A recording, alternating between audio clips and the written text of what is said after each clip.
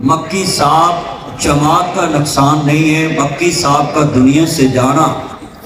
عظیم باپ کے عظیم بیٹے پروفیسر عبداللہ بہاولپوری رحمہ اللہ کے بیٹے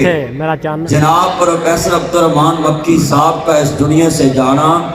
پوری امت مسلمہ کا نقصان ہے۔ اور دنیا میں کوئی اسلامی ایشو یا سیاسی ایشو ہو تو یہ کیسے ہو سکتا ہے کہ مکی صاحب کی تقریر سے ہمیں رہنمائی نہ ملے۔ لیاقت باغ نے میرے ساتھ آخری خطاب کیا قصور کھڈیاں میں، اور لیاقت باغ میں نے ان کے خطاب سے یہ سبق حاصل کیا، لوگوں کو کہا کہ آج پوری دنیا میں جو مکی صاحب نے قانون پیش کیا ہے کہ اسلام کو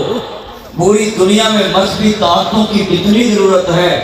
تو آپ ان کا خطاب سنیں۔ آج یہ لاکھوں کا اجتماع پوری دنیا کو پیغام دیتا ہے کہ اپنے ان جیسے اکابر علماء کی قدر کریں